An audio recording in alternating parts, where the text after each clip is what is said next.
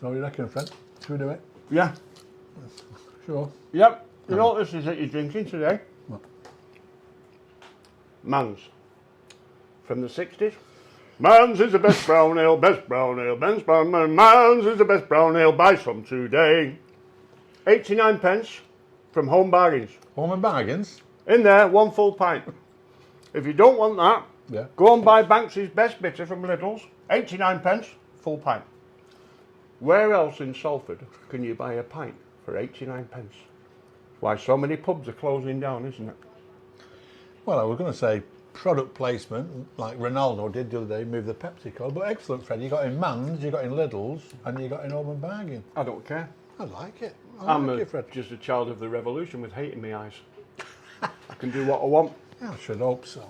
Eat your pizza, darling. I will do. Well, I'd like to say, first of all, our guests, sadly, not turned up. Don't mention them, Dick and Hubbard and Mike Prince. Yeah, what were the names again? Dick and Hubbard and Mike Prince. Well, I'd never heard of them. I had to Google them. Neither has anybody else except me. Well, sorry. Say what we want, they're not here. Oh, I never rated them. Never rated. That's what they call Salford somewhere or other. Salford Jets. That was it. Wayne Fontana and the Mindbenders. Saw them once. And Mike Prince used to work in Wogged In at Pembroke Halls. Still does his soul. Well, no, he doesn't. He's packed in now. He's just doing his quizzes. But he used to do his soul nights up at Little Open. I don't think they should even get a mention if they couldn't be bothered turning up. Sod him. Yeah. But I've got to say, first off, welcome, well, hello to Terry Hope, who's in California, who messaged me last week and said, Fred, you yap on too much. Yep, that was what we were doing. Yeah. That was the purpose of the interview. Terry up yours. Hanky part, lad. But more to the point, the delightful, the delectable, the delovely Debbie Jones in California. Do for me. She could have the top off my egg any day of the week. Do you hear that, Debbie? The top off his egg. Gorgeous. Come and get me. I'm full of babies. I've told him that you like a cup of tea, not the QE2 style, but Fred said you'd brew up for her. Providing a frisker first, because there's a lot of drugs coming over from Colombia and the States. Can't be sure. And they always put it inside the bras. I don't know why. Well, that wasn't the answer I wanted, but yeah, it's what the answer you've got now. So yeah, you're more than welcome to come to Fred's Frolicsome Farm and have a brew. I'm only kidding about the bra. It's just your briefs I'll check. Bring your solicitors with you. Solicitors and briefs. Yeah. But as I say, with the lack of guests and the lack of hindsight, we're going to talk about various random things. And Fred just mentioned, and Debbie Jones, this will interest you, Van Morrison. The most miserable fella I've ever met in my life. I used to have parties when I lived up in Aspel. And all the guys were there. Herman's Hermits, the Searchers, the Bachelors. Who else used to come? Just about everybody. Laurie Ash, all the people from Clubland. Everybody used to come at these parties. Used to have about 300 or 400 people, but I had a big group of land at the back. And we always had it on a Sunday after I'd finished my programme. Craig Douglas used to come. A lot of the old stars that people have forgotten now. Marty Wilde and Joyce, his missus. Joe Brown and Sam, they'd come up. If they were in the area, they didn't make it special trip, but if they were in the area. And another friend of mine who's passed away, sadly, Max Bygraves. I want to tell you a story. He used to live down in Bournemouth with Blossom, his missus. Tell us about Van Morrison. Okay. He came with Johnny Ball. Now, was it Johnny Ball? He either came with Johnny Ball or Kevin Neal. Kevin Neal was with the Bachelors after doing 27 years with the Carl Newman Trio. And he said, I brought a friend of mine along. I knew you wouldn't mind. Well, I didn't mind anybody a friend of theirs, a friend of mine sort of thing. And he comes, this fella. I didn't know who he was at first. Got this trilby on. I thought, looked like a rabbi, you know. I thought, who's he? So he said, that's Ivan. I said, who? Ivan? Oh, sorry, Van Morrison. I said, oh, the doodle. He said, yeah. Jackie Wilson said, I'm in heaven when you smile, all that stuff. I didn't get 2 words out of him. I tried to engage him in conversation. He was the most miserable fella I've ever met. Really dour. No sense of humour whatsoever. And I said to Kevin, I said, if he wants to come again, tell him he's not on. Everybody, not just me, everybody tried to. I said, that's Van Morrison. Is it Van Morrison? And they all went chatting to him. He didn't have 2 words to say to anybody. Sad, really, that, isn't it? Yeah, well, to be dead honest with you, Astral Weeks and Verdant Fleece, they were great albums, really were. Yeah. But no one I know who's in, well, people I do know, like John Wilde, etc., and the music game, they've all said the same. Dour, miserable. They didn't like him either. No. Well, bless those brown eyes, eh? What was the other thing? That's my brown-eyed girl. That's it. And the other one that he did, famous one that was really Moon Dance. Yeah, Moon Dance. The dark side, the bright side, the dark end of the street, the bright side of the road. There's another one. They were good stuff. He did some good stuff. Yeah. But if he comes to my house, Fred, Yeah. and I had a party and he started being miserable, I won't let him in. Would you not? Might Yeah, but I didn't might- know he was I good. might- I might And he was chill a him. friend of a friend, and you have to give him a certain amount of respect. Bit of don't you? leeway, bit of leeway. So it upset me a lot. I'll tell you who was a belting guest. Yeah. Ellen Shapiro. Oh, She was messianic. She'd found Jesus, which is a big thing to say Where for a was it? Jew. For a Jew. She was. Where was it? But she'd gone messianic. She started following the teachings of Christ and that, and it's frowned upon in the. Jewish There's beer flying in all over the place today. Yeah, and she took that and she married John Walsh. Now you don't know who he is until I tell you. Scum. Yeah, with Ray Winston. You remember I the thought film? you said he didn't like him. No. In Borstal. Yeah. He was one of the instructors. If you saw it, the film now, Yeah. Scum, he's the one in the tweed jacket and that, one of the instructors who It's a great turned a film. blind eye to things that were, oh, he's Great brilliant. film. I said to him, I saw you in Scum, you're a horrible sod. He said, I've not changed. No, she said, Ellen, she said, he's not changed. But they were all pals. Ellen Shapiro, Craig Douglas, Brian Matthew. I used to go down to Brian's house down in Ashby in Kent where he lived, and Pamela, his wife, and they used to have a theatre at the back. And it was like a 16-seat theatre. We went in and they put plays on. Sounds a bit corny, that, but they were really, really good plays. You had Ian Tucks laughing. I miss him, Brian Matthew. I used to get up every Saturday morning. I listen to Tony Blackburn now, 6 o'clock every Saturday morning, but I'm always awake to listen to him. Just getting in. Yeah. I'll tell you what, he's lasted, hasn't he, Blackburn? He's done the distance. And when you wake up, what they had some super DJs like Jimmy Young. Rather super, you see, Raymondo. What's the recipe today? He was good, wasn't he? Hey, I tell you what, he might not have been much of a disc jockey, but I saw him at the Georgian Club, which was the Devonshire Sporting Club in Higher Broughton, and he was singing, "Oh my life, my darling, I hunger for your crutch," and he was good. I thought, that's it, yeah. Sorry, Touch. Yeah. And he was singing on stage, and Laurie Ash introduced him. Laurie Ash became a pal later on. He was like the compere, and he went on to the Cabaret Club in Manchester with the owner of the Cabaret Club. Come on. It's gone. It'll come back to me halfway through the conversation. Now, Billy Kerfoot, he was the manager there when I used to go down there. But all the clubs in town I used to go in. The Oasis, which Pauline Clegg and Graham, he's since passed away, he was an ex-policeman, Graham, but she used to be the manageress. And Rick Dixon, who later became one of the famous three that was in the Strawberry Studios, it was his club, he bought it as the 3Js or the 2Js, it was a jazz club, and he turned it into the Oasis. Never a drink there, alcoholic, it was all soft drinks and coffee and that, but one of the most successful clubs in Manchester, in Lloyd Street, yeah. And then there was the Jungfrau, of course. Yeah. And failing the Jungfrau, if you didn't get into town, it was the Evan and L, which was more of a rocker's place. My brother went there. Did he? He was a rocker. Did he have a motorbike? No, he had a leather jacket. He got the part. Did he? Got it on the bus. Yeah. Yeah, the Hell's Angels on the back. The clipper car chapter. You know, the clip on the bus. Yeah. Well, he looked the part. I'll give him that. Yeah. Those were the days on the bus when you used to get the last bus home from you'd go to Louis Pie van on Victoria, get one of Louis Pies, have the pie. Yeah. It was a toss-up whether or not you bought a pie and walked home, or else you bought a pie and you had enough money to get the bus as well, because it was threatened in those days. The all-night bus, they called it. It was the last bus at about 11:10. Remember it? And everybody used to pile on the bus and go up Berry New Road to get off. We used to go to Salford down by Tootle Drive, by the precinct now, Broad Street. We used to call it the meat and potato Broad pie Street, Express. Tootle Drive. That's where I lived, friend, for a while. Tootle Drive's miles away from Broad Street. No, that's where the bus route went. Oh, right, okay. Yeah. And Fred, I've got to say this on camera, I was a bus conductor. Was you honest? My life. Did you fiddle? Dead right. No, yeah, I can say it now, yeah, of course. My mate, Billy Dunn, used to have the I'll number tell you one. a story now, Fred. It's got pulled through. I'm listening. Pat Fanning, you're to blame. Yeah.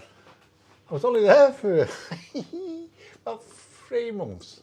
And the first day on the buses, what a Yeah. I was on the number 15 to Worsley, and there was perks, that's all I'll say. But the other perk, was it police? No, I used to. They've not arrived, have my they? brother's, he was a conductor as well. I had a badge on there. Oh, up the there. green It's and gone. white one? Yeah. Yeah. It's gone. I was just looking for it now while you were PS3 talking, while you were relating your story. Carry on. It's all right.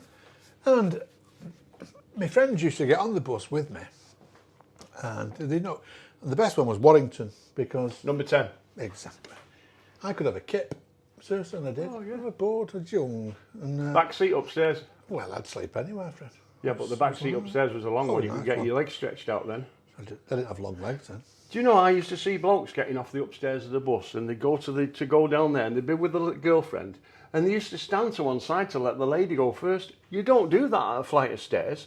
You descend the stairs first in case the lady should have a mishap and she lands on you and you're there to save her. But they stand back thinking it's...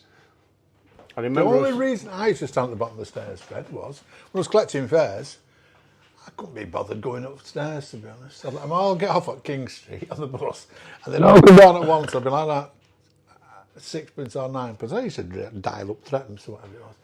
Keep the old penny there, yeah, penny tickets going off. And that was it. But the one night, Pat Fanny, again, you're to blame, Yeah. a pop festival, it was either the Isle of Wight or Fun City. I think it was the Isle of Wight. I'm ever so terribly absent-minded. Instead of getting off with my money to pay it in, I went the wrong direction. I went home with it.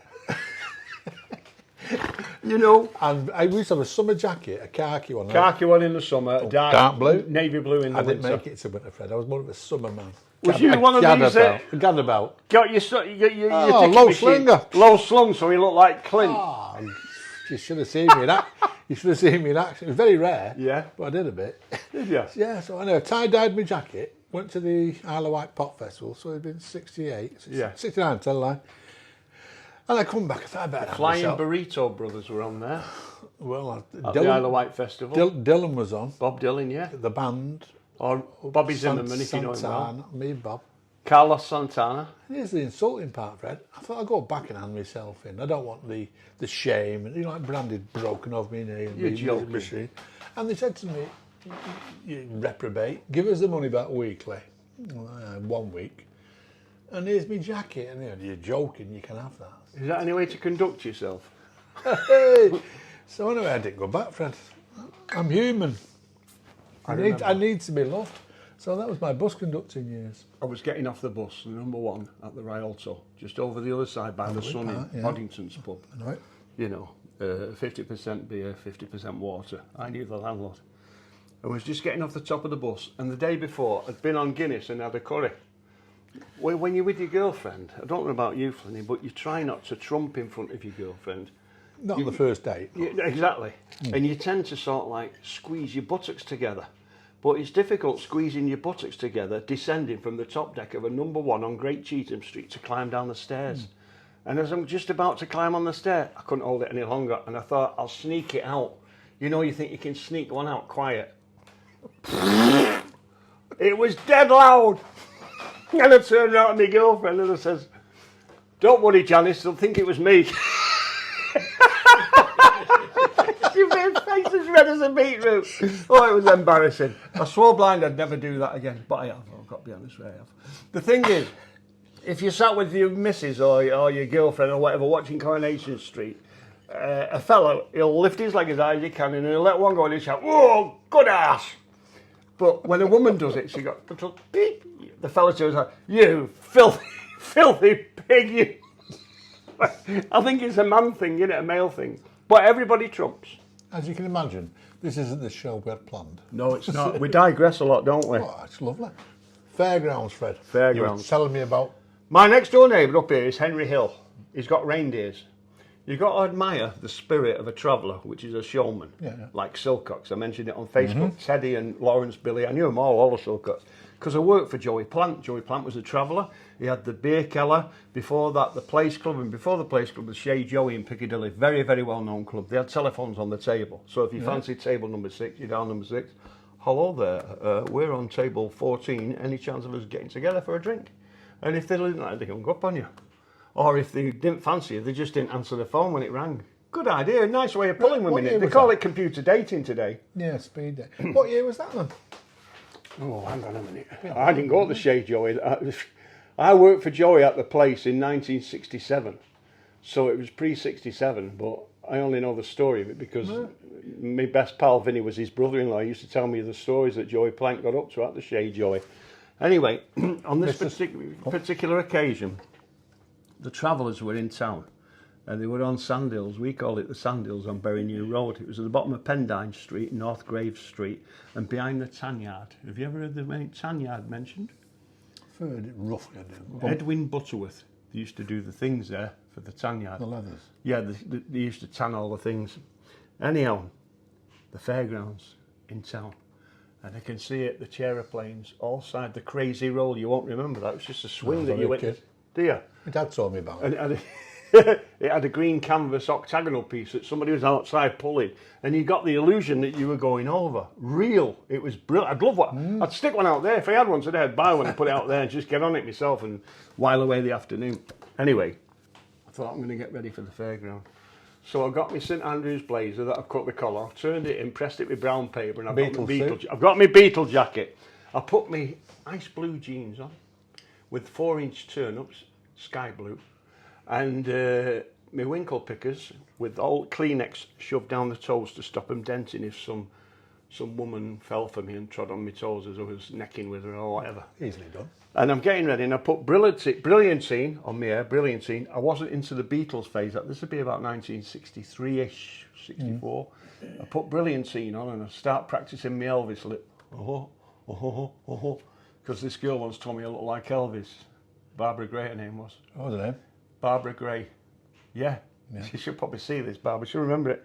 And then as I got older, somebody said I look like Paul McCartney. It's only now that I'm in my 72nd year I've started to look like Brad Pitt. So you can see how much they were. I actually came second in a Brad Pitt lookalike composition. Frank Bruno won. So anyway, I'm getting ready for. I'm looking in the mirror there that my mum got from Washington's on Dean's Gate. Looking at all like that. My dad's just, come on, hurry up. He's getting ready to go to the British Legion with razor blade, and he's doing it that quick. He's got cuts all over him, little bits of Manchester Evening News plastered all over his face before he can get out. He'd never heard of a dipstick pencil. Puts his, he used to put, honest to God, on my word of honour, he used to put stalk margarine on his hair. Get like, what's up here? We're out. And always a middle parting, like he looked like Shemp out of the Three Stooges.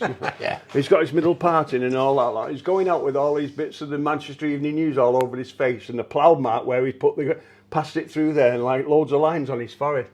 Ready for tonight. Got the British Legion, have a few pints from my Uncle Jim.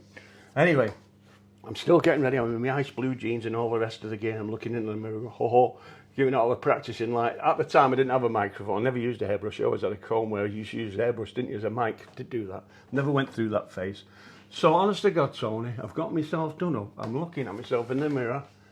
I thought, I look that good. I fancy giving myself one. And I thought, right, I'm off to the fairground. So I walk up Taylor Street, shortcut, over the hills. And as I'm getting closer to the fairground, I can hear the noise of the generators in the background. And the old factory organs working because I can smell hot dogs, mustard and tomato ketchup in the air. And then comes the magic in the ears, the audio. Everybody's doing the brand new dance now. So I started, come on baby, do the locomotion. Little Eva. So I'm walking onto the fairground, and as I walk onto the fairground, I see my mate there, Alan Walkden. Now Alan had passed his 11 plus and gone at Cardinal Langley in Middleton. I went with the rest of the duffers over to St Thomas of Canterbury, Roman Catholic Secondary Modern School, because I didn't do it, I didn't hack it. And he says to me, hey, he said, hey, whoa, not seen you since I went to Cardinal Langley and you ended up going to the Duffers School. I said, yeah. He said, it's great where I am, at Cardinal Langley. I said, how's that, Alan? He said, well, I'll tell you. He said, we have sex education. I said, oh, well, we have woodwork. Well, we have sex education sometimes twice a week. I said, we have metalwork. He said, well, what have you made? I said, in woodwork, I made a poker. He had a sense of humour, our woodwork teacher. I made it out of walnut poker. Didn't last long. We had it from being that long to it being nothing. My mum, and I made myself a shoe polishing stool and a toothbrush holder and a teapot stand, an octagonal teapot stand. They were garbage. But that was Mr. McGee that took us for woodwork, Bible punching McGee, who kicked me out of the woodwork club because I'd been snogging Isabel Eady in the cloakroom. Yes. And I had to see the headmaster, Frank Lundy, Mr. London, belting fellow he was. And he had this book on his desk, Sex Before Marriage, but it was facing my direction. So as I come in, I could read it like that, and I'm looking at him. And he's trying to lecture me on the virtues of that sort of thing you should say for matrimony and all that. So I thought, oh, I've heard it all before. Anyhow, when I went to see Maurice McGee, I said, I'm sorry I'm late, sir. I've been to see... He said, no, get out! Chucked me out of the woodwork club. Anyhow, I've digressed again. I'm going on the fairground. Little Eva's going the locomotion. Alan walked in and said, I'm at Cardinal Langley. You're doing woodwork and metalwork. He says, do you know, we have sex education. Here's something you don't know. I says, go on. He says, a woman, when you're making love to her, can have an organism. I said, what? She can have an organism. She gets that excited. Sometimes she can even pass out. She has an organism. And she goes into this state of esticky. I said, what? Esticky. This organism makes her faint with esticky. I said, right, give over. And as we're talking, oh, I nearly said her name then. Let's call her Margaret Smith. She's coming over the other side of the waltzer. You know, like it used to go like that. Mm-hmm. And she's got this coat on with a big 4-inch collar and a button the size of half a crown. 12.5 pence, dear listener. Dear viewer. And she's got this button. She's got this button on here, and it's a bell coat like that. It goes out like a bell temp. And she's got this radio over her arm saying, Bush. I thought, fancy going on, advertising it. But she's got the radio on there, and she's listening to radio, competing with the little Eva and the locomotion. And Alan Watson says, here's Margaret. She didn't half fancy you at school. I says, give her. Yeah, she always fancied you. So out comes my chest like, hello, Margaret. Hiya, Freddie, all right? I said, I'm all right, love, yeah. Just listen to wireless. All right. Yeah, we've got Radio Luxembourg on. Have you ever heard it? It's fantastic. Goes in and out and all that lot. You know, it fades sometimes, but if you hold it close to your ear, you can hear it perfect. Right. So I said, one of the corniest lines I've ever used in my life, Flynny. The fairground had a canvas top and all of it's rolled back to allow the fresh air to get in. And I said to her, fancy coming out for a breath of fresh air? She said, I don't mind if I do. You can hold me radio for me, Pat. This was a mate, Pat Greg. A mate, Pat. So she gave Pat the radio. Pat's like listening to it. Left her talking to Alan Walker. I thought she's safe with him. He has sex education. He won't be trying something on that he'll regret. So I go between the stalls. And as I'm going between the stalls, I pull her closely to me like that because I'd seen Douglas Fairbanks do it in a film once with Merle Oberon. And he pulled her like this close to her and he starts walking through this gap. I walk through this gap on the stalls and there's people there, roll a penny like that. And then there's somebody else, hook a duck, prize every time. That was for the duffers that couldn't win out you out there. And then there was these air guns. And by the time the barrel was supposed to hit the metal man there, it was only about 18 inches away. And it had like a cork in the end of it and a bang. And you were lucky if you got 3 down. If you did, you got a pot dog, a goldfish or a coconut. Not in that order. Because you can't get goldfish now. But they used to give them in a plastic bag. They'd last about 12 hours. They were brilliant. Nice on toast. Yeah. Then they'd snuff it. So anyhow, I get behind the back of this store. And I start the nonsense. First of all, I start rubbing her arm. I'd seen it on the films. I'm not stupid. And then I start rubbing the outside of her thigh. I'd seen that as well on the films. Do you know I'm getting excited at this memory myself? I think yeah. So anyway, I moved away myself actually. I put my hand inside a coat, you know, a bit cheeky in those days I was, and looking for the purse. Straight away as I put my hand up there, I could feel her house badge because they used to have badges on like that, yellow badge or blue badge. If you were Augustine's Beads, Columbia Dunson, I could feel her house badge. Anyway, cutting a long story short, I start manipulating. I'm not going to say anymore because it'll sound a bit rude, but I did all the business that you did when you were 14-year-old trying to cop off. Yeah. And I get to the point where she's breathing heavy, like, you won't remember this, Carl. And then suddenly she just went, bump, and collapsed. And I thought, what's happened here? Look, she's collapsed. She's had an organism, and through sheer esticky, she's collapsed on me. As she collapses, it's flooded in light behind me. The doors are flung open and there's this old hag in the trailer, obviously a traveller, with 2 young sons. What have you done to that young lady? I said, nothing. We was just necking and she just collapsed. Arnold, Brian, get hold of him. And these lads come down the stairs, got hold of me, and they must have been proper Fairground lads because they smelt a swore figure, and they had leather coats on with tiny written on the back in studs, and tough boots they had on, and blue denim jeans that were covered in oil and vapour and grease. And they held me. Never quiff. And she sent the daughter out of the caravan. Go to there at the bottom, the woman in the phone, get the police. Oh, gee, I've had it here. Oh, I've bloody well had it here. So anyway, the copper comes. Oh no, I'll tell you the story before the police come. Ring, ring, ring, ring, ring. I could hear the police car coming. I know. And I looked, and here it is coming down the corner at great speed. A pale blue Morris Minor with a white door saying, pull. And when he closed it, it said, ice. And when he looked at it from the side, it said, police. But as he got out, it just said, Paul. And he got out to me and he says to me, what's been going on here? I said, I don't know. I said, to be honest with you, I said, I think it's esticky. He said, what? I said, well, it might be esticky through an organ. He said, what are you talking about? He said, what's your name? I said, Fred Fielder, 248 Boundary Road, Highbroughton, Salford 7. He said, have you just made that up? I thought, what, as quick as that? I said, no, that's where I live. Right, he says, next thing, ring, ring, ring, ring.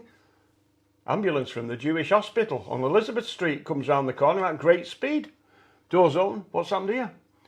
Put around, By this time, they forgot little Eva and the locomotion and all that nonsense. I'm not saying that I made love to her in the space of little Eva and the locomotion. That was before. But they all come off the fairground, circling round me. And the ambulance and the policeman and the old hag and the two fairground guy who still got hold of me. So the bobby says, we're taking her to hospital. He said, do you know this lad to one of Alan? He said, yeah, he's my best mate, Fred Fielder. Where's he live? He knew he'd got me address and everything. He says, right. He says, we'll take this girl to hospital. I hope you've not done anything you're going to regret, sunshine. This was the way the police used to talk in them days. All right. So anyway, it comes Saturday afternoon. This was the Friday night. Saturday afternoon, no sign of anything. I'm panicking. My mouth's going dry. I thought, oh, I wonder what's happening. On Sunday, there's a knock at the door. And I go down like that. My mum opens the door. Parishioner and Harvest Festival. They were selling a church magazine. I thought, oh, thank God for that. And all the rest of the day, I was panicking. And my mum was downstairs with me Auntie Catherine. I went downstairs. She said, what's wrong with you? You've not in touch with your parents. Have you been in your bedroom reading? I said, yes, ma'am.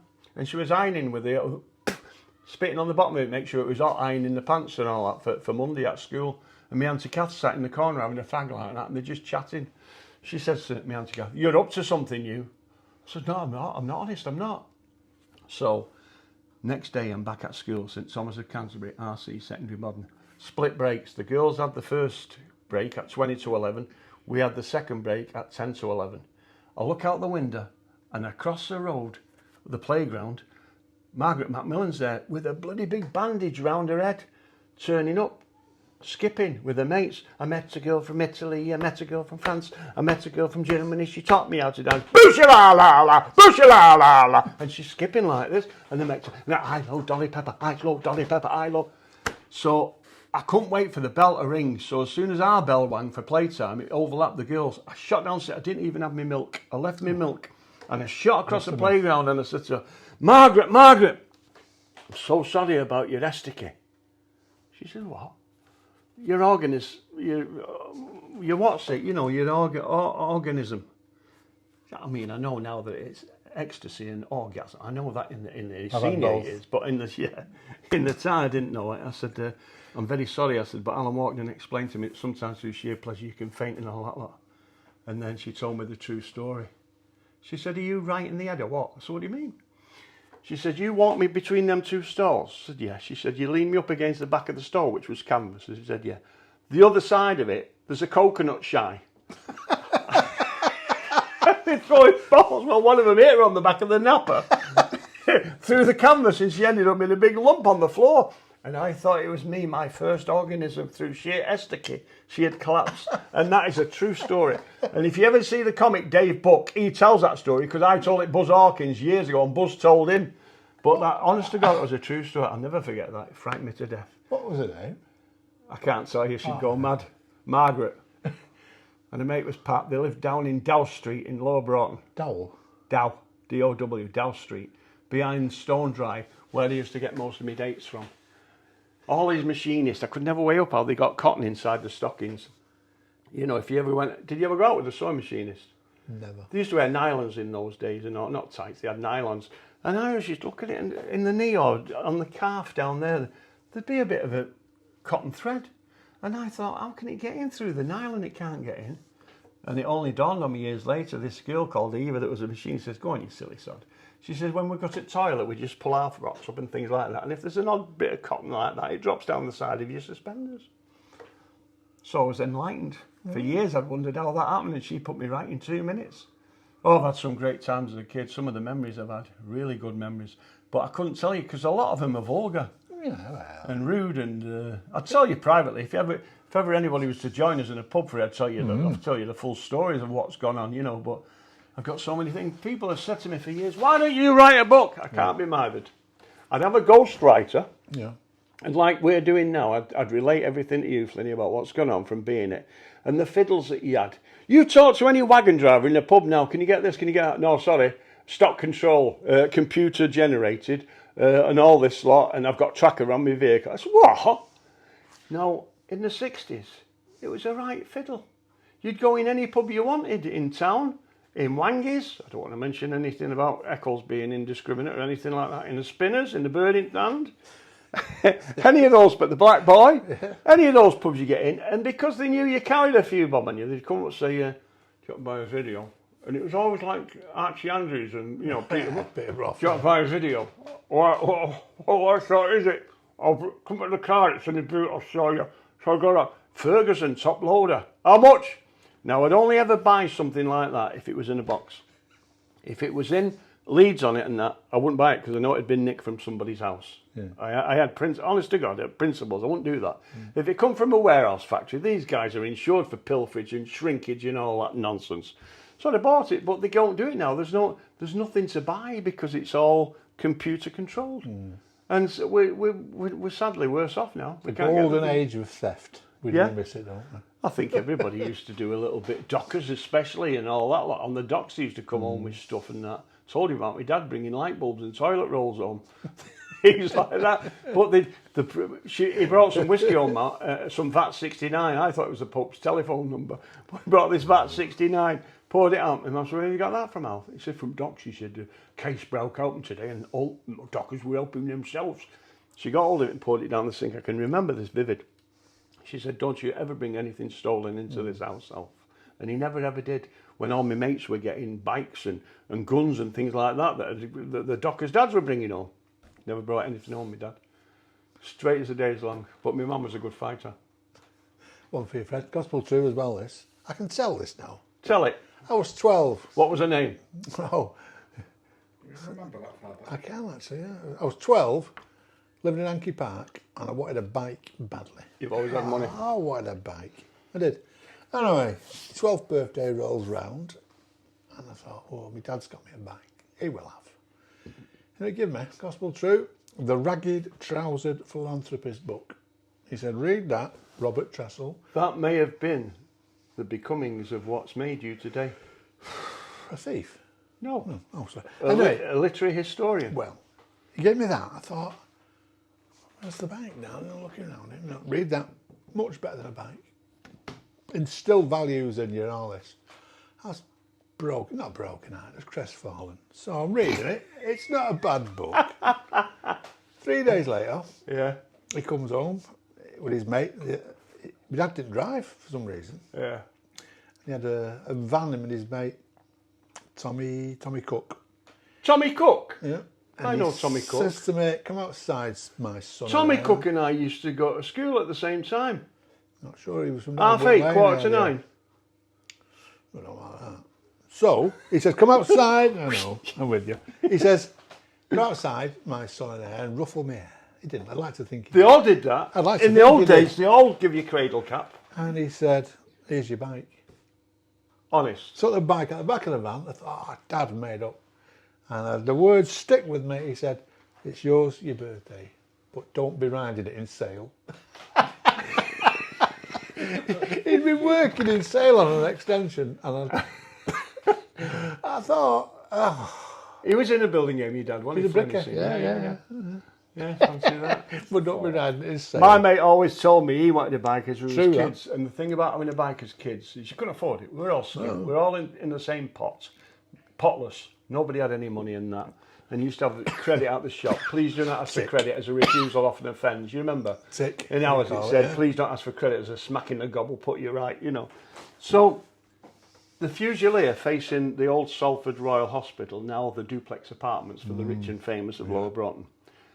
The Fusilier is raising his cap up like that and saluting to the hospital, to those nurses that lost their lives and things like that. I don't know what the actual dedication, but it's there as a memorial gesture. And my mate's mum said to him, you want a bike for Christmas? When the Fusilier puts his hat on facing it, you can have your bike. Yeah. Oh, thanks, mum. And every week he used to go down to see if the Fusilier put his cap on. It's sad, that, isn't it? True story, though, but sad. Yeah, I've heard a few people. You think that's sad? Listen to this one. My nephew... It's not a sub, is it? No, on 2 occasions. Oh, see your Uncle Fred, he's got a few, Bob. What are you after? I want a rally chopper. Do you know how much they're worth now, a rally chopper? Good few quid. Bring you 700, 800, 900 quid just for a rally chopper. So I said, okay, I'll get you one. Will you? So he was over the moon. He couldn't do enough for me. He'd run to the shop and get me fags, even though I didn't smoke. He'd do everything and what have you. And then it comes up to Christmas. And I put it downstairs. I thought, he's going to love this. He come downstairs. And he burst into tears. I thought it was emotion, you know. He was overcome with emotion. Anyhow, he said... Uncle Fred, he said, you're having a joke, aren't you? You really have got me. I said, it's there. He said, that's not a rally chopper. That's a rally shopper. He had a basket on the front. It was pink. Oh. Wheels were white, all tyres and all the rest of it. And I thought, you know, I didn't know what a rally chopper was. He's got him a rally shopper. I went in Ellison's on Cheam Street and I want a bike for me, your nephew. What does he want? I said, a rally shopper. All right. He never told me. He should have put me right. Lucky gone. Put a shilling in, will you? I don't know what's happened. It's overheated. Fine, it's fine. Okay, it's overheated. So anyway, it comes to his birthday. I said, what are you after this time? He said, I want some trainers. I said, trainers, what sort? He said, Adidas. I said, oh, are you? Right, he said, what size are you? Big feet, 11, size 11 his feet were, massive.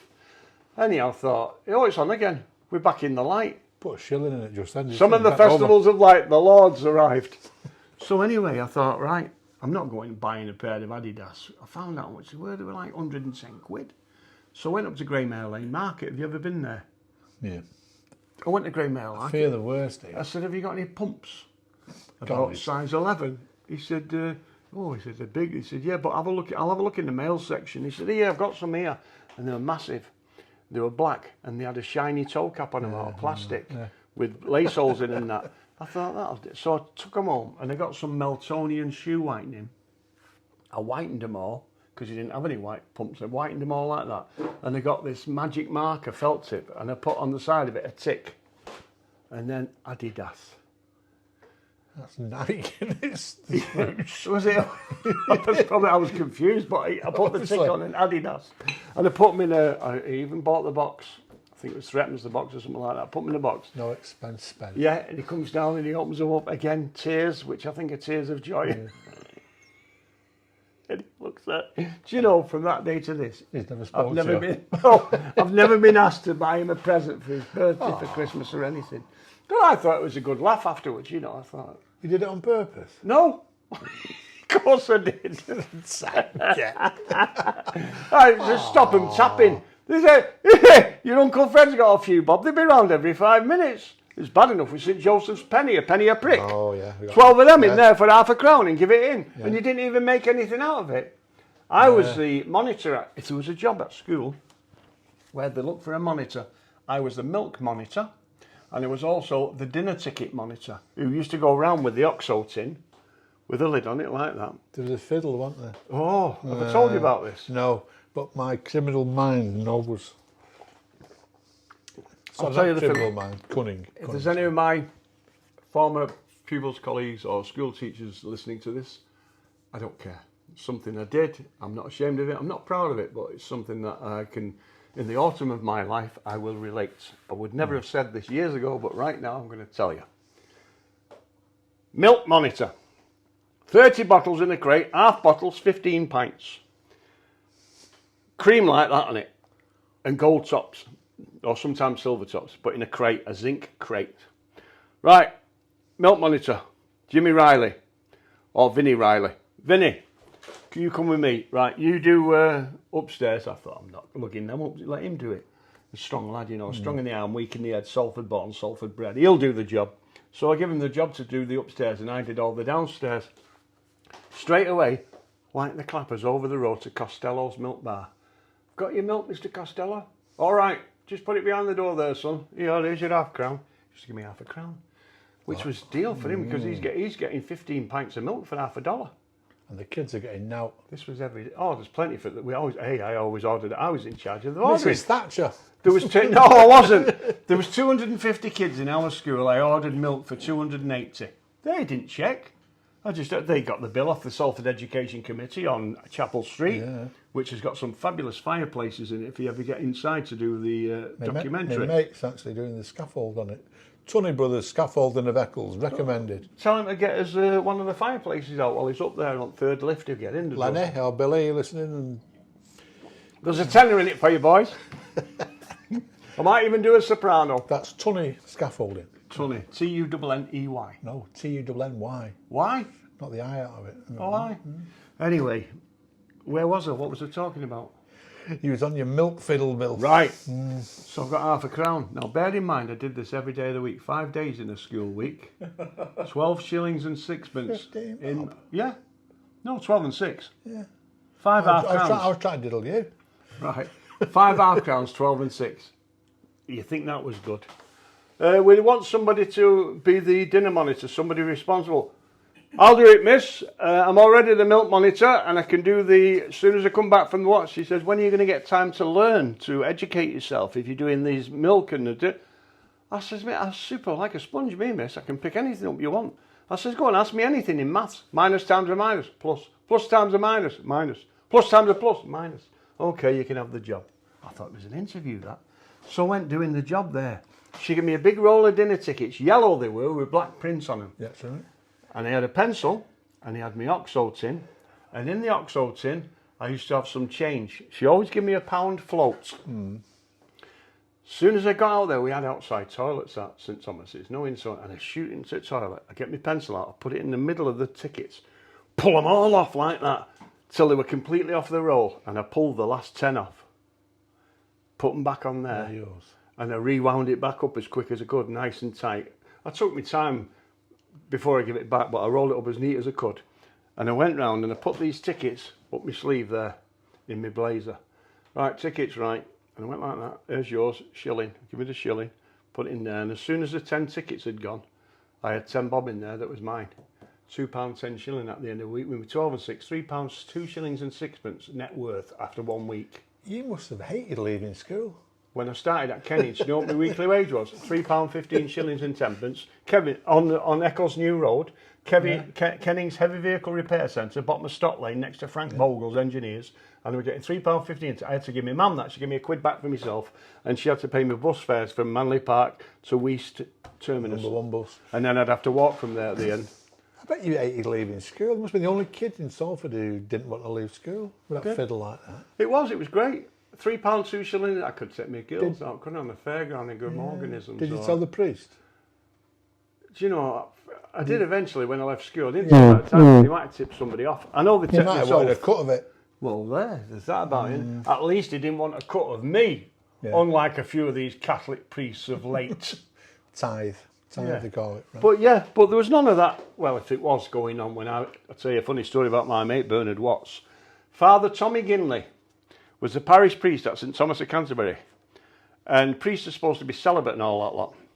One night, Tommy Ginley's coming out of this lady's house opposite the church with a white shorty mac on, collar pulled up, trilby pulled down at the front and wearing sunglasses, and he was peeing down outside. My mate Bernard Watts, and he'll tell you this if he was here now, walks past, looks at him, sees him coming out and says, "Good evening, Father." He was obviously paying attention to one of his parishioners. Well, that's what it would And have at the been, time, when he obviously, told me that bit, I fell about laughing, but they're only human, aren't they? Late years without sin chucked the first ducker. I don't think they're as bad now as they used to be. Because we used to have one, Father Martin, he was a right git. He was a horrible man. But they were proper old school Irish, weren't they? And you just, you know, they think nothing of chidding you or backhanding you or coming to the house and wanting money. And that was a real bugger, that. We had nuns. Mithering you for money, mithering. Yeah, we had nuns. He must have known we'd got the lead off the roof and he wanted a cut. Yeah. That's all I could think. We had nuns, and I'm sure they used to get off by caning you. We had one, Sister Geraldine, who was a real Harridan. She was a terrible woman. As it happens, I went to a funeral in Warrington where she met at Bruges in Warrington. So there was police training college, wasn't it? Yeah, there was no hard feelings, although I went. But everybody, you talk to anybody that went to St Thomas of Canterbury about Sister Geraldine, the headmistress. I'll mention it to Johnny Clark when I see him. Oh, yeah, John will tell you. John Cooper Clark. Man, he was a goody two-shoes at school, Clark. He never got involved without like that. He might have been too smart to get caught. No, he was never that. I was surprised when I saw the accelerated career of John Cooper Clark, because when he was at school, he was a bit of a quiet, and told you about Johnny Malone in one of the episodes we've done. That was the Ernest Hemingway type that brought him on in leaps and bounds, and he come out of there and he said to me, "What did you think of that poetry lesson?" And I said, I told you I thought it was a crackpot. I said, "What's poetry?" I said, "Are you writing the head, John?" Oh, he said, "I thought it was fantastic the way Mr. Malone put it across. He used to have a glass eye, Malone, He did. and he'd throw it into the pool, and I always used to dive in. I always used to go, "All right, bring me the eye back, fielder." And I used to go and dive down and bring the eye back and give it him, and he'd go like that, open it and put it back in. He's watched it. There was one time, I remember this, it's quite sad really, but with him only having one eye, he blew his nose once. And with this eye being, I think it was his left eye, he blew his nose, and some of the mucus missed the hanky and ended up in here, like a little badge on his lapel. And he wiped his nose and put it back in his... Of course, with his eye being like that, he couldn't see down there. You'd have to really look like that. So it was the break and it was lunchtime. They're going in to show, and even then I must have had some compassion for my fellow man, because I went up to him and said, "Sir, you've got some chalk or something on your collar." And he went down, "Oh, thank you, fielder, thank you." And he went in. I thought, better that it happens to him now than he goes in the staff room and they all saw him with a bit of snot on his lapel. I thought you were going to say, I thought it's chalk, but it's not. No. It's like Connie Francis, isn't it? Lipstick on your collar tells a tale on you. She claimed that she was raped in a motel. Yeah, I was nowhere near a motel. Connie Francis. But she did. She reckoned she was a Have you met superstar. her? No, never did. I've met a lot of other stars. Oh, like have you? Gene Pitney took me for lunch at the Quatman. He paid. I said, "Whoa," I said, "let me pay." I said, "You're my guest." I'd interviewed him down at Oxford Road for the BBC. He was doing a programme there. And he says, "No," he said, "I'll get this, buddy." I said, "Well, let me get it." "Well, I'm guessing I've got more money than you." I said, "I can't argue with that, Gene, thanks a lot." And he asked me which was the best place. And every time he was over, he always used to go to the Quatman. On that one recommendation that he took for me, he said, "I'll see you in there." And I come up to pay the bill. He said, "It's already been paid." You know, Chinese. "It already been paid. Him fella next you, him pay, him pay." Oh, I said, "It's very good of you." And I went back and I played hell with him for doing it. You met PJ Prober. I'd have been so impressed to have met him. A great singer, but what a lifestyle. I know he was a bit dodgy with the age group of the ladies, should we say, but... I don't know about that. I'm not so sure about that. Harry Goodwin, whose eulogy I did at the monastery in Gorton when he died, and in the crowd was Alex Ferguson, Dennis Law. There was a lot of people. Harry Goodwin had a lot of friends, and I had to do the eulogy, and he was the photographer on Top of the Pops. If you have a look on YouTube, have a look for... Yeah, the credits that roll up at the end, don't they? Yeah, but have a look for the Harry Goodwin Lifetime Achievement Award. And I had to say a few words. It was at the Town Hall in Manchester. And I've got it on... I'll show it you after you finish this. I'll get the computer and I'll show it, because me and Joe are on it. And all we're in the background, they're interviewing Jimmy Cricket, and we're in the background, all we're doing is stuffing our face with sandwiches and things like that, and then it comes back and he's interviewing somebody else, and we're still stuffing our face with sandwiches. It looks awful, but I didn't care. It's what I wanted. Yeah. That's what we say, isn't it? But I did the eulogy, and they all get up before me. This fella got up, so Harry's a fine man and all the rest of it. I'll tell you who was there at the eulogy, Jackie Trent. And I did another one for Joe Marlowe where Anita Harris was there. And Anita Harris burst into song and everybody jumped. Nobody expected it. And then Jackie Trent got up 20 minutes later, thought, I'm not being outdone. And she does a song. And I got up to finish the eulogy. I said, I'm sorry I can't sing, but no doubt some of you will be glad that I'm not singing. And I sat down. But I thought, It's the police. who's this? Oh, it's the IDA division. It's the guests. The guests have finally arrived. Yeah. That reminds me, have we any gin and tonic, Joe? We've got gin, but I don't think we've got any tonic. You're very lucky. I'll nearly squoze you into my drink with that top you're wearing, darling. Do you make any money? Yeah. Good girl. So what was I saying? I was talking about PJ Proby. Right. I'd like to know more about that. Though. Okay, I interviewed him. He was at the Floral Hall in Southport. We went there, did it. I've got some tapes, so I'll dig them out and you can listen to them. And I said to him about when you split your trousers. I was at the Fairfield Halls in Croydon when this happened. I was working the Whiskey A Go-Go in Wardour Street in London, and I decided to go there with what was his name? Long John Baldry, who's since passed Nice away. bit of name dropping. That. I don't mind name dropping. I used to go downstairs. Rod Stewart was there, Long John Baldry, and Reg Dwight then, before he became Elton John. And they've got a Bluesology, they've got a band and they played regularly in the Flamingo. I used to go downstairs, watch that, and then bang straight onto the Marquee Club for the all-nighter with the Alan Bounce set, Gino Washington and the Ram Jam. I had some great times when I was DJing. Purple Hearts. Well, I only ever tried weed, smoking it once, and I found it very relaxing. I never smoked it in public. I'd have a couple of whiffs and that just to send me to sleep. It was good. But my mate, who shall remain nameless, Jeff Lomas, he said to me, try this cocaine. So I said, what do you do? He said, you've got to roll a fiver up. So I rolled the fiver up like that, and he ran 2 lines out on the mirror, and I went... And I don't mind because I used to take snuff when I worked down the pit. I used to always put snuff up, so it didn't bother me. And I follow a line in that nostril, a line in that nostril. And I looked at him and said, right, what's supposed to happen? Am I supposed to see psychedelic shit? You wait while it kicks in. Give it a few minutes, let it kick in. An hour later, I'm saying to him, Jeff, what is supposed to happen? I feel exactly the same. No, you give it time. I said, give it time. It's an hour ago since I did it. And then I suddenly realised I didn't have my £5 tube. What I'd rolled up to snort the cocaine with and put the tube on the table. I said, where's my tube? Yeah, that'll pay for the line, he says. So he did me over for that. So as regards drugs, no, I never ever took any drugs. My mate Kenny Lampert, he used to be full of Purple Hearts and Black Bombers and all that nonsense. Never needed it. I used to do all-nighters and I always got high on my own adrenaline. I didn't need drugs to make me high. Barry Pollard once dropped some whiz in me pint in the Waterloo in Cheap Mill. I couldn't sleep for 3 days. They all thought it was tremendously funny. He said he can't sleep. Have you heard him rabbiting on for 3 days? He said, how can you tell? Cheeky son, how can you tell? Yeah, that was Barry Pollard for you. And if you're watching this, Barry, I don't care. I'm a lot bigger than you now, pal, and you must be a bit slow at 72 now.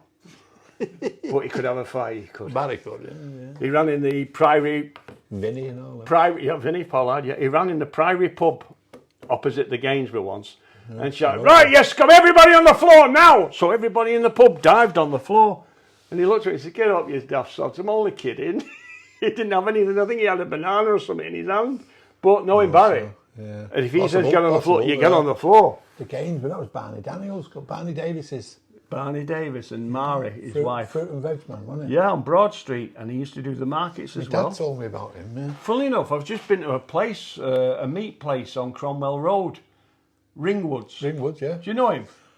I read the court case about the meat, yeah. Get off. We just bought a load, don't tell us that. You're pulling my leg out, yeah. But I met this Alan, what was his name, Joe? Alan Woods. And this other lad called Eric, and they served us, and they got some bacon ribs yesterday because I lavish, you know me and her, I always lavish her with a decent meal. She come in, she says, what's for tea? I said, candlelight, ribs and cabbage. So we sat down here, polished the table off, and we had candlelight, and she looked into my eyes and she said, you sure know how to woo a girl with the ribs and cabbage. She's only human, friend. I know. And you're only human. I know. So that was it, Barney Davis. Yeah, knew him well. Davis. Mr. Immaculate. He used to do the comparing at the Wendover Club for Joe Pullen. And when Joe Pullen had the Talk of the North. But Roy Mosley, have you never done an interview with Roy? I've interviewed Roy when I was at Salford Online, quite long. But sadly, the tapes of that, the transcripts of it, Carl, can we blame Tom Rogers for this? We've still got them. They're somewhere in the ether. It was about an hour. They'll be on. Very interesting chap. I know he's met and who he hasn't met. Exactly. Not like yourself, Fred. Not like Yeah, yourself. but he's met a lot of people, and with him running the talk, he didn't run it. He didn't buy it off Talk at North, off Joe Pullen. yeah. He didn't buy it off him. I think it was well gone after Joe, It was well done. and he brought it and did it all up in that. Because you had the Randy's Fun Bar. Do you remember that? I never went in there. I only went in a couple of times with my mate. Oh, it sounds like I'm name dropping. With Benny King. He'd come over, like, you know, with Betty, his missus, and he said, The Benny King. Yeah, not Benny Hill. Ben King. No, because it was like the Drifters. There was about 30 of them, weren't there, at one stage? There was only one drifter, Johnny Moore. Johnny Moore, yeah. He was the pro. I mean, he had a few. But the original drifters was Clyde McFatter, the Pinkney brothers, Johnny Moore, and then he left in '53 to do a spell. He was drafted into the army, and he came back and rejoined the drifters. But it was about 1970 he split from the drifters and started calling himself slightly adrift as Johnny Moore. But he died of sickle cell disease, which apparently only black people get. You want some other drink? I'll get you one. Just saying, I've drunk mine before you. So Oh, right. Yeah. Cheeky. lightweight. And he died of sickle cell disease, which Only only black people apparently get, black yeah. people get in that. But what a nice fella, immaculate. He used to wear pants. But you could Best cut bet, your finger on the crease of that sharp with spats, grey spats. Always immaculate, Johnny Moore. And when you see him in sort of YouTube, all the drifters, they've always had different outfits. Yeah. I mean, some of them are comical now, like with flared pants, 22-inch flares, and bow ties like this, like helicopters and all that. But at the time, they was a trendy band, the Drifters. They've been going for years. Can you name 3 Drifters records offhand? Up on the roof. One, Hang on a minute. Coming over to my place. 2. Here you go. Little girl, Yeah, you little look girl, so yeah. lonesome. I'd I have see you got out that, feeling. yeah. I've not finished. I see you out feeling blue. Now you can talk. Had I got that one, I was going to say. Drifters. Oh. No, they didn't do sand in my shoe, did they? They did. Did they? Well, But I've there you still go. got some sand in my shoes. Hey, not- Sand in my shoes, oh, brings memory of the salty. Hey, I got them. Fantastic. I got them, didn't I? Yeah, you could have had stuff like, Follow Me. I'll take you where the music's playing. Yeah, Saturday night at the movies on Broadway. yeah. You're more than a number in my little red book. Like sister, like brother. But that was when they went onto the Bell label there in the 70s with Chinny Chapman, Nicky Chin and Nick Chapman. They started Stuff and writing sweet stuff and from. all them. They're Yeah. all the glam stuff, didn't they, Chinny? Don't say you've met them as well. Yeah, Brian Conley's dead now. Not the Brian Conley, the comedian. Brian Sweet? Conley that was in Oh, the I used Sweet. to love Sweet. Is it? Yeah. Have you I met don't, them? yeah, but when you say meet them, there's a difference between being in the same dressing room and just chatting, as regards saying, "Oh, I'm such and such," and you're such. I knew who they were. They probably thought, "Oh, he's just the DJ or whatever," which they always did. Where was that? Manchester. Yeah, well, I've done the Willows with the Sweet. The Sweet were at the Willows, and guess who else was on? Bob Monkhouse. I thought, what a rum mixture that is. The Sweet and Bob Monkhouse, poles apart. Any one of them could have commanded a full house. Yeah. He used to run a great club, Johnny Wilkinson, there when he had the Willows. Yeah. And we got a mutual friend, Lynn Redmond.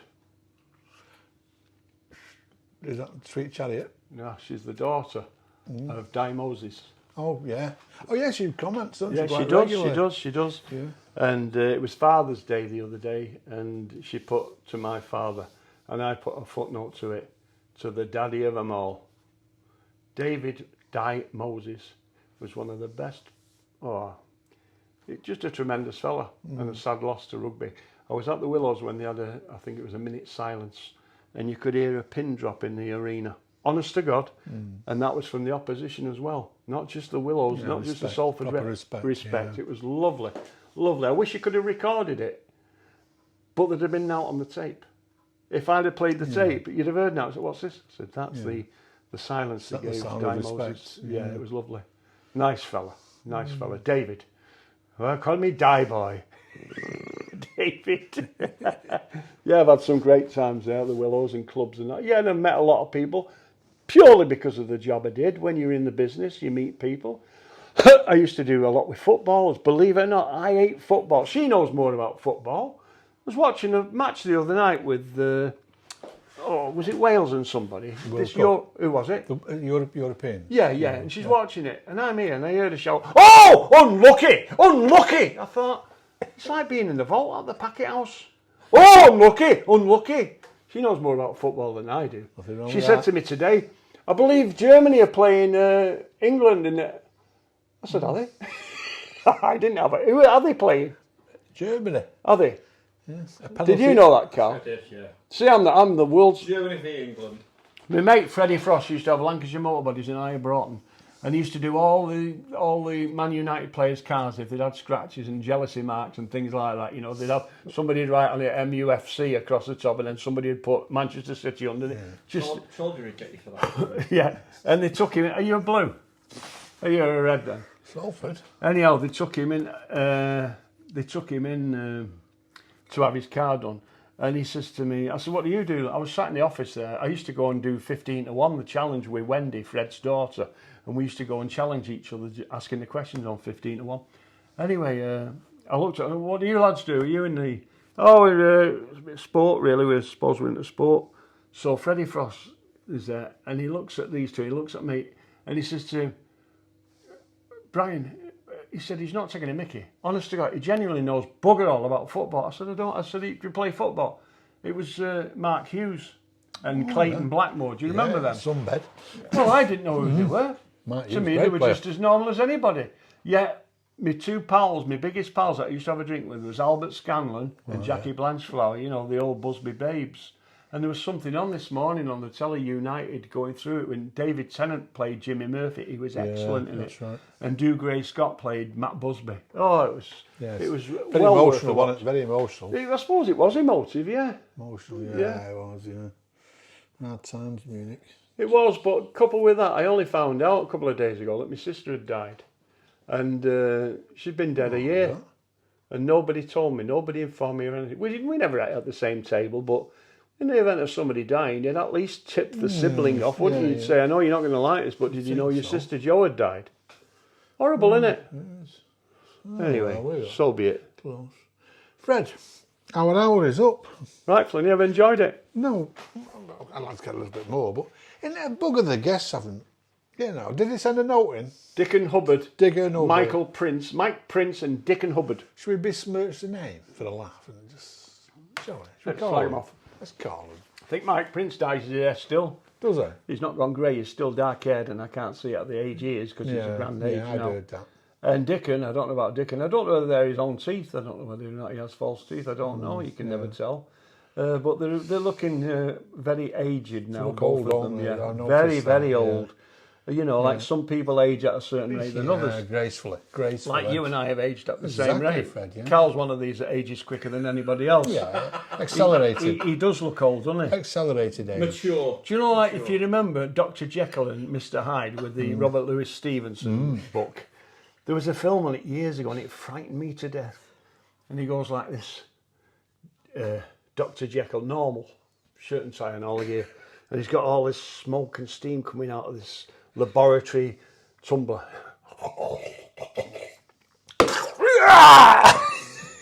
Then he vanishes under the desk. And then they swap places and somebody comes up. And it's Mr. Hyde.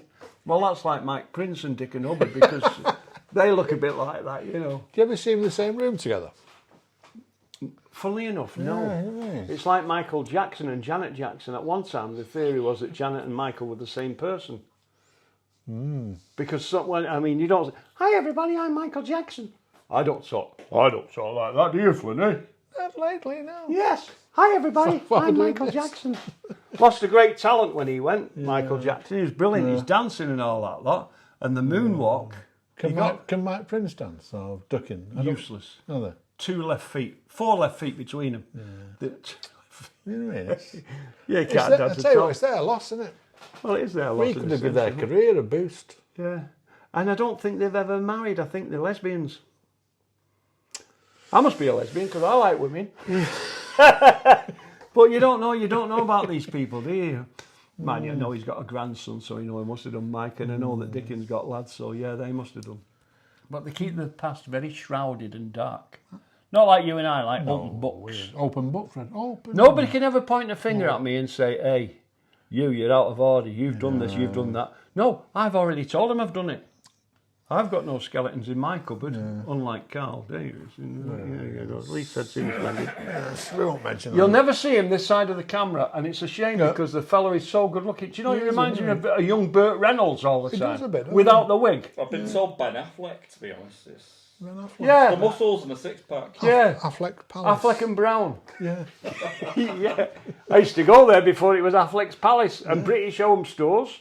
And we used to go to Woolworths on Henry's. Market Street. Henry's was the place. Henry's were always in opposition, fighting with Lewis's to see who got Father Christmas first. And Henry's won once in August. 1st of August, come and see Santa in his grotto. And he'd be there, this old fella with a cotton wool. I've got a proper Father Christmas suit with a proper wig and all. But they've made out of cotton wool with one of them with hooks behind the ears that you put on. And black glasses, but not gold glasses, pince nez on the end of the nose. Yeah. These were big black Hank Marvin glasses. That Father Christmas Shattered never the wore them. illusion. Do you know? I think every family in Salford must have a photograph of the kids, people of a certain age, Yeah. in Lewis's with Father Christmas, yeah. And it's like usually with 3 brothers or 2 brothers or a sister and a brother, isn't it? I used to We've tell- got them. Always one kid crying. Yeah, miserable. Probably some Jewish kid that didn't believe in Father Christmas. You know. Might have been Mike Prince. What is it? Roses are reddish, violets are bluish. If they want for Christmas, we'd all be Jewish. No, but they still celebrate. I had a mate, Michael Holstein, and he said, we celebrate Christmas. He said, Christmas Eve when my father comes home, he says, oh, they, I said, I've had a wonderful day at the warehouse. He said, so they always used to celebrate, but they don't believe in it. They think it's what they call a Goish story, a Goish story, All right. put about by people that don't know. I used to have a thing on the programme when I did the radio called, I used to have Billy Bradshaw would come and say, oh, Mum, it's me Uncle Fred Fielder, and he's going to give us one of his memories. And she'd say, oh, hush up, Billy, love, I love these. And then you'd hear Alf and you'd go, oh, bloody hell, not another memory. And I'd start this memory, and one of them was about Christmas, and in the background you'd hear a clock going, tick, tock, tick, tock. And I'd keep this sort of like monotone voice. So I remember this brilliantly. It was Christmas 1956. I told my mum that I wanted a mobo or a triangle scooter, and it must be red with amber hand grips on and a foot brake on the back that I could operate with my heel. And I was dead keen and dead set on having this. And I used to keep mithering her, and mithering is a Salford word because they don't use it anywhere else. They say, give over mithering. What are you mithering for? I said, I'm just wondering, Mum, have you seen Father Christmas and told him to get me scooter and all that lot? Anyhow, one day my Auntie Kath was down there in the kitchen, and my mum was ironing with the iron off the hob, spitting on it to make sure the iron was hot enough to do my pants for school next day. And I went upstairs and I was having a look round everywhere, and my mum shouted up, Freddie, are you up there rooting? And I thought, no, Mum, no. You better not be rooting up there. No, Mum, no, I'm coming down now. Anyway, I didn't come down, and I was looking under the bed and everywhere, and the wardrobe was on little stubby legs, Queen Anne's they were. I don't know why she left her legs at our house, but they were there on the wardrobe. And I looked underneath, and I could see these chromium things shining back at me. So I went and moved the wardrobe, got behind it. There's a mobo triangle, red scooter, with white wall tyres, chromium wheels and a foot brake on the back. I couldn't believe it. I shouted down at my mum, Mum, there's no need to get me one of them scooters for Christmas. I've just found one here behind the wardrobe. But they were all true stories based on my youth. Another one, the Starkeys were our next door neighbour. Marion, Joan, Cynthia, Frank, Jeff, Leonard, Alan. Catholic family. Yeah, no, they weren't actually. They were at C of E. And Bill and May, 2 of the nicest people I've ever met. And at Bonfire night, my mum used to put pea and ham soup on, of which I still maintain I've collected the legacy. Never mind wafer thin ham. We do a proper ham shank here with peas that we've soaked the night before. Don't know who's told you that. Mike Prince again, telling you that at our house he had pea and ham soup, and he said it's amazing what Fred can do with some wafer thin ham and some pea soup. That's what it says. No, I made it myself. Honest, Joe will tell you, I make it myself. So anyway, my mum's job, she was at 248 in the middle. She had to make the pea and ham soup. Rose on this end had to make the treacle toffee, but she always had to make sure she had vinegar so the toffee had set, because sometimes it was very gooey. And you thought everyone was walking around like Archie Andrews. Couldn't open their mouth because they were stuck together. And I'm telling this story. May, on this side, always used to make parking cake. Now, for me, parking cake, when you eat it, always tastes like there's lumps of cardboard in it. You're biting through it like that and there's lumps in it. Anyhow, at that time, my mum had had a new tile fireplace fitted in. It'd be about 1955, 56. And May Starkey comes in. She says, "Oh, Mary, I like your fireplace. You've been a bit of a dark horse." "Oh," she said, "I've had it ages." We'd only had it fitted the day before.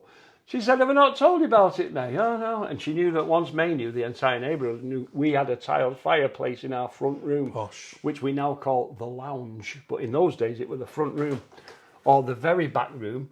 Or like Peter Kay said, the big light. What light should I put on the big light or the landing light, you know? Anyway, May's job was to make the parking cake, but everybody bragged and all that. So out comes May, first of all, with the dinner plates. And these beautiful white plates with two little yellow lines going all the way around. I think they were made by Arcapol. But there were these modern plates, white, with the two yellow lines going right and all that sort. And I thought, oh, that's fantastic. So I thought, I had my pea soup. Then I thought, I'll have a toffee apple. And I had that. I finished with toffee apple. I got my teeth got and I opened them again. I says, right, I'm going for my parking cake. So I went over to the plate that she brought out on the white one. I says, "Mrs. Starkey, I've come for my parking cake." "Oh," she said, "you're a bit late, Freddie, son." I said, "Why?" She said, "Look." I says, "What do you mean? Look, it's just an empty plate." She says, "What else?" "Nothing, just a white plate with two yellow lines going round it." She said, "Exactly. No parking." Oh, that's a Oh, is it? I know. yeah. She said, "Your double yellow lines mean no parking." And it's just something I made up that because it wasn't true, because in those days we didn't have double yellow lines in 1956. They didn't come in, so we had parking meter. I've got a parking meter at the front of your You know, seat. you should have said parking cake and parking meters. You could have got all these in. I know. As well. I know, but I'm just telling you off the Yeah, cuff now. I've not no. rehearsed it. You know, we don't rehearse anything. No, We just it doesn't show, does it? we just banter. We just chat and banter. If we'd have had guests here, we could have had. Well, again, We've Dick had and cut Hubbard thrust. and Mike Prince, I think they're in a I don't relationship think we should together. do- Well, there's them rumours. Yes, it's obvious, Should we isn't invite it? them again or what? Oh, there. That's what they. Did you hear that, Lord? Did you hear the voice from above? They're coming next Friday. Right then, we have to wrap up. Next week we'll be back. Is Okay. that all right with you, Fred? Yeah. Now, if there's anything you want us to talk about, let us know. Yeah. Because we're running out of ideas. No, we ain't running out I of just said ideas. that. I want to keep We've us got going, millions Fred. of I want to ideas. keep going, Fred. And if Dick and Hubbard's watching, one of your pupils is behind that camera. He wants a word with you. Yeah. And Yeah. Mike Prince, I want a few words with you as well. Yeah. And so do a lot of women with broken hearts too. Prams. Yeah. Prams. Didn't they call him the Silver Cross King at one stage? Mike Prince.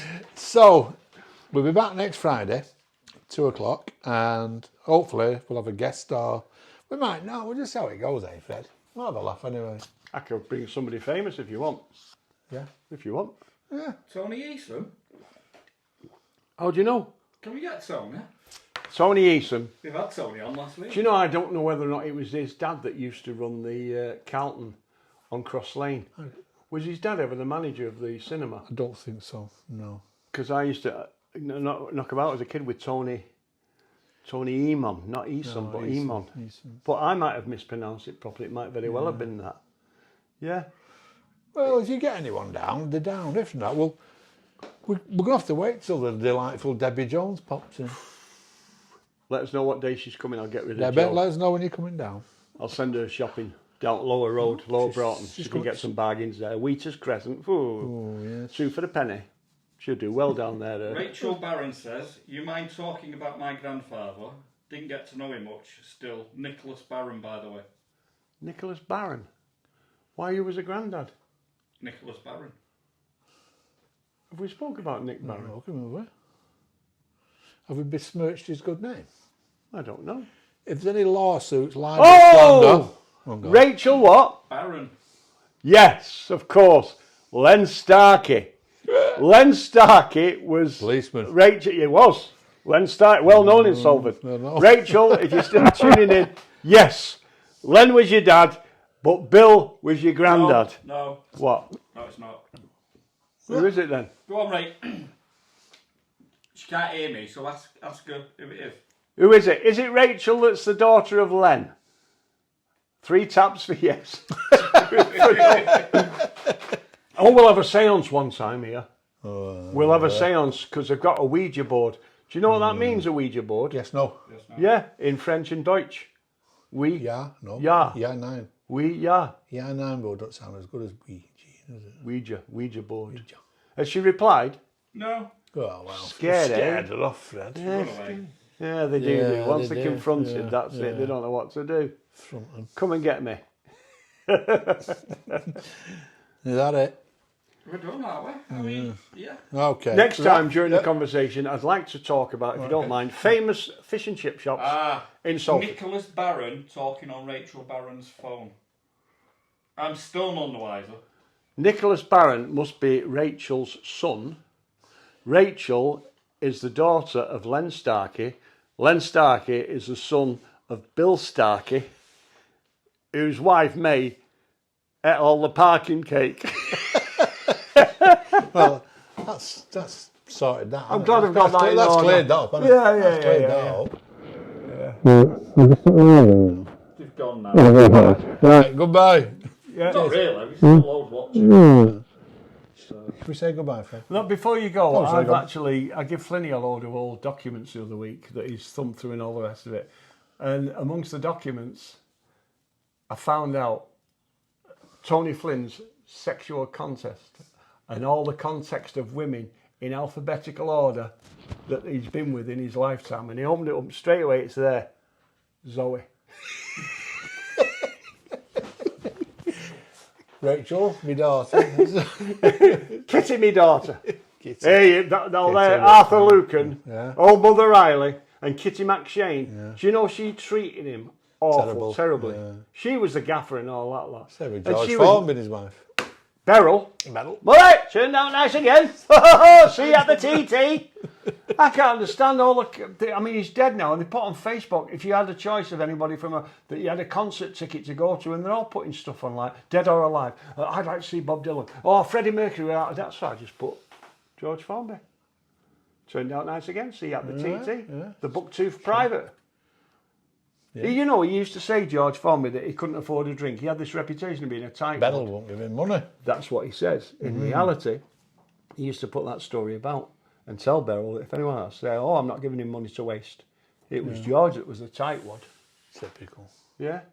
I preferred Frank Randall, but Hang on, Mama, hossin' for the here. Do you know what he got done here? Well, sent up in front of the Crown Court, the local magistrates in Blackpool for being involved in a traffic accident. Have I told you this? it is, yes. He's in a traffic accident and he says, by gum, he said, the fellow come straight at me, no movement whatsoever, and rammed into me. I don't know what's wrong, I don't even know why I'm here. And the judge said to him, Mr. Randall, the chap that ran into you was the tram.